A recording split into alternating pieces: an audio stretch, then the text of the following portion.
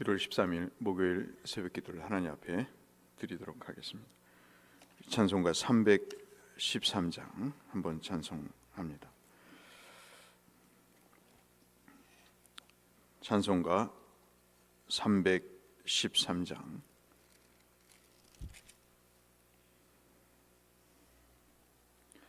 찬송 313장 내 임금 예수 내 주여 313장입니다.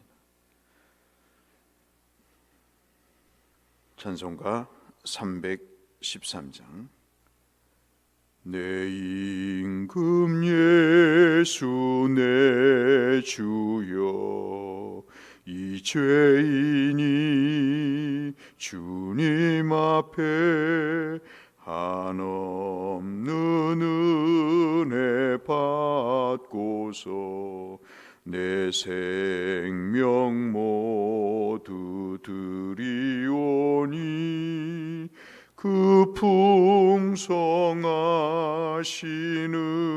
종을 주 내게 내려주소서.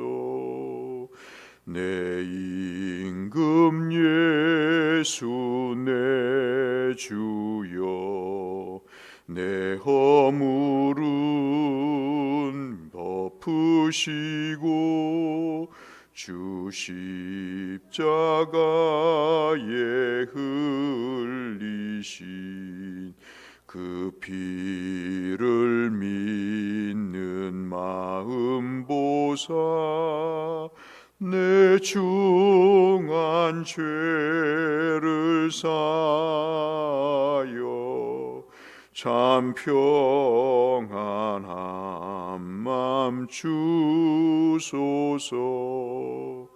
내 임금 예수 내 주여 주 은혜에 감격하여 한없는 감사 찬송을 내 주님 앞에 드리오며 내 마음과 정성 다하여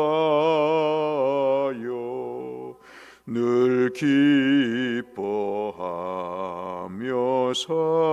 살리라.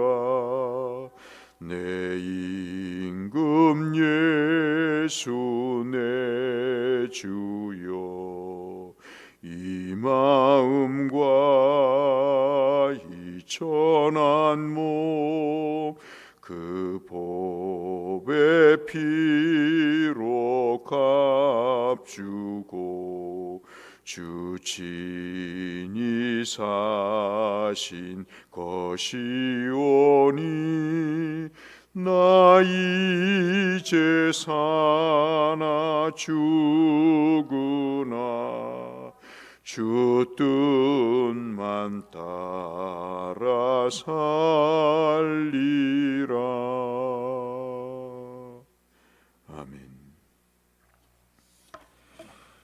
오늘은 창세기 45장 1절에서 15절의 말씀을 보겠습니다.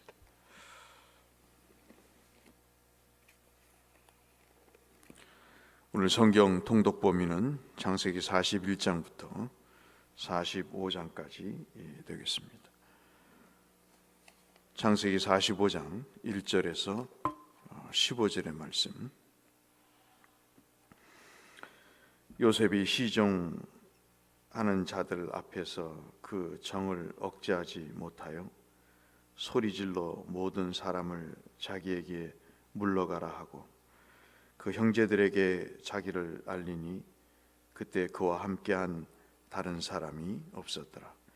요셉이 큰 소리로 우니 애굽 사람에게 들리며 바로의 궁중에 들리더라. 요셉이 그 형들에게 이르되 나는 요셉이라. 내 아버지께서 아직 살아 계시니까. 형들이 그 앞에서 놀라서 대답하지 못하더라. 요셉이 형들에게 이르되 내게로 가까이 오소서. 그들이 가까이 가니 이르되 나는 당신들의 아우 요셉이니 당신들이 애굽의 판자라. 당신들이 나를 이곳에 팔았다고 해서 근심하지 마소서. 한탄하지 마소서. 하나님이 생명을 구원하시려고 나를 당신들보다 먼저 보내셨나이다. 이 땅에 2년 동안 흉년이 들었으나 아직 5년은 밭갈이도 못하고 추수도 못할지라.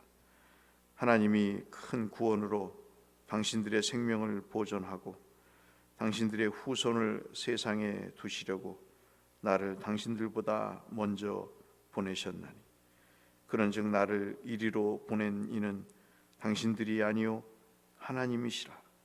하나님이 나를 바로에게 아버지로 삼으시고 그 온 집의 주로 삼으시며 애굽 온 땅의 통치자로 삼으셨나이다.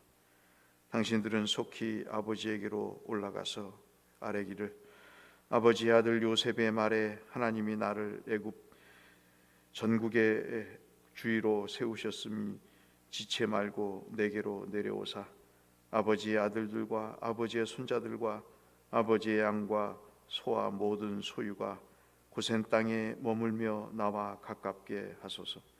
흉년이 아직 5해가 있으니 내가 거기서 아버지를 복양하리이다. 아버지와 아버지의 가족과 아버지께 속한 모든 사람에게 부족함이 없도록 하겠나이다 하더라고 전하소서. 12절부터 같이 읽겠습니다. 당신들의 눈과 내 아우 베냐민의 눈이 보는 바 당신들에게 이 말을 하는 것은 내 입이라.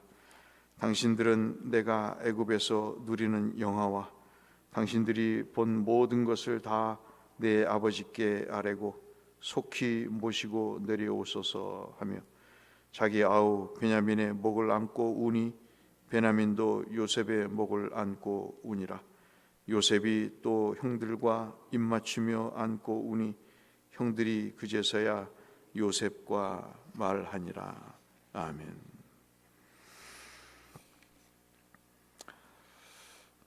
창세기를 읽다 보면 참 여러 가지 극적인 장면이 나타나는데 유독 많이 등장하고 또 창세기에서 잊을 수 없는 장면 중에 하나가 사람과 화해를 하는 그런 장면입니다. 그 대표적인 장면이 하나님이 사람과 화해하시는 거죠. 가죽옷을 지어 입혀주시는 일. 그 하나님의 속이 어떻겠습니까? 그런데 우리가 상상할 수 없는 용서의 마음으로 사람과 갈등을 빚거나 원수된 관계를 견디시지 못하시는 하나님의 그 사랑을 우리가 확인하면서 인생 최고의 극적인 화해 장면을 우리가 보게 되죠. 또 하나는 여러분 잘 아시는 야곱과 에서의 화해 장면입니다. 정말 용서할 수 없는 교활한 동생을 어느 순간 하나님이 에서의 마음을 만져주셔서 그를 죽이려고 오는 에서가 아니라 그를 호위하라고 온 그 에서를 우리가 보면서 그 인간의 그 속에서 역사하시는 하나님의 이해할 수 없는, 따라갈 수 없는, 측량할 수 없는 그 은혜들을 우리가 확인을 하게 됩니다. 그리고 또 우리가 보는 것이 이 요셉과 형들의 화해 장면이죠. 참 우리가 살면서 여러 가지 화해도 해보고 용서도 해봅니다.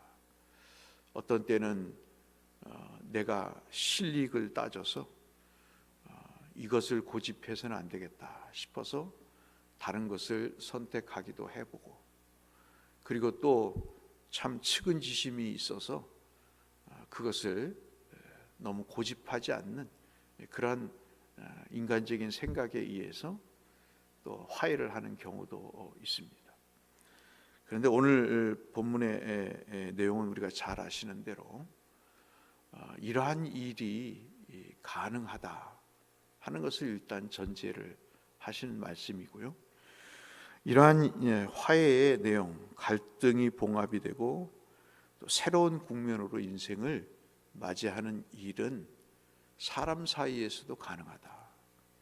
에서와 야곱의 경우에서처럼 이것이 어떻게 가능했는가 하는 것들에 대한 내용들을 우리가 살펴보면 공통점을 하나 발견을 하는데, 그것이 바로 하나님의 섭리라고 하는 면들입니다. 우리는 참 믿고 산다지만 참 우리 자신을 들볶고 힘들게 하는 것 중에 하나가, 우리가 이 하나님의 섭리, 하나님의 뜻을 인식 안 하고 살기 때문에 우리의 인생이 불행해지고 납득할 수 없는 일에 봉착했을 때 미움과 갈등과 분노와 그리고 여러 가지 헤어짐의 역사들을 우리가 경험하게 됩니다. 자신의 모습을 감추었던 요셉이 이제 드러내죠. 내가 바로 당신들이 애굽에 판 사람이다. 형들을 딱 보는 순간 그 감정을 주체할 수가 없습니다. 사람이죠. 어찌 보면 또 솔직한 면입니다. 자기를 팔아서 상상할 수 없는 지금까지의 삶의 고생을 해오게 한 그 장본인들이 눈앞에 있는데, 요셉은 울음으로 그 모든 감정과 아픔을 토로해 냅니다. 바로의 궁의 그 구조상 밀폐된 공간이 아니기 때문에, 물론 애굽 바로 궁 전체에 들렸겠지만 이 모두가 다 들었다 할 만큼 울음소리가 컸던 것은 그만큼 요셉이 갖고 있었던 마음의 아픔과 그 서러움, 그런 것들이 얼마나 북받쳐 올랐을까. 서러움뿐만 아니라 그리움까지도, 형제들을 다시 만나는 기쁨까지도 그가 섞여서 이런 큰 울음을 울었다, 이렇게 볼 수가 있겠습니다. 형들은 도저히 믿을 수 없는 상황이죠. 자기 눈앞에서 울고 있는 요셉의 그 모습이 요셉인지를 모르고 왜 애굽 총리가 자기들 앞에서 이렇게 우는가에 대한 생각을 갖게 되었을 것입니다. 어찌 보면 두려웠을 것이고, 그런 울음이 자기들에게 결코 좋은 징조가 아니라는 생각을 할 수도 있었겠죠.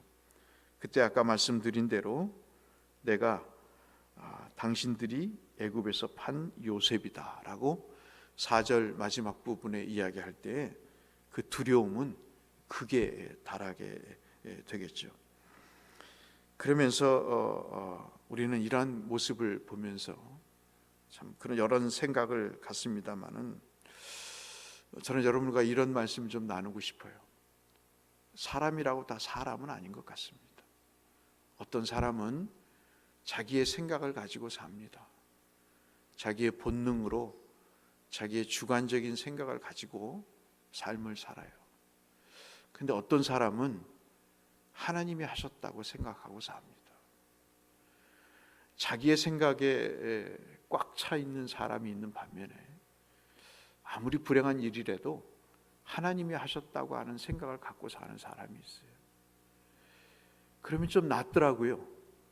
하나님이 이런 불행한 일도 어떤 선한 결과를 위해서 하나님이 하셨다고 생각할 때 좀 더 용서가 쉽지 않겠어요? 좀 더 삶을 살아가는데 수월하지 않겠습니까? 아무리 멸시천대를 받아도 하나님의 섭리 속에 있다고 생각을 하면 그 불행한 현실과 지나온 과거들이 이해가 되는데, 저도 옛날에 그랬습니다. 대학을 한번 실패해 놓고 보니까 하나님이 참 원망스러웠어요. 그 원하는 대학에 들어가질 못하니까 목사님도 쳐다보지도 않고, 그렇게 기대했던 사람들도 그렇게 저를 하대한 것을 경험을 하면서 하나님 참 너무하시다 하는 생각이 들었어요. 그 다음부터 정말 죽을 각오를 하고 공부를 해본 것이요. 그런데 지금 생각하면 그때 대학에서 떨어진 것이 너무나 창피했습니다.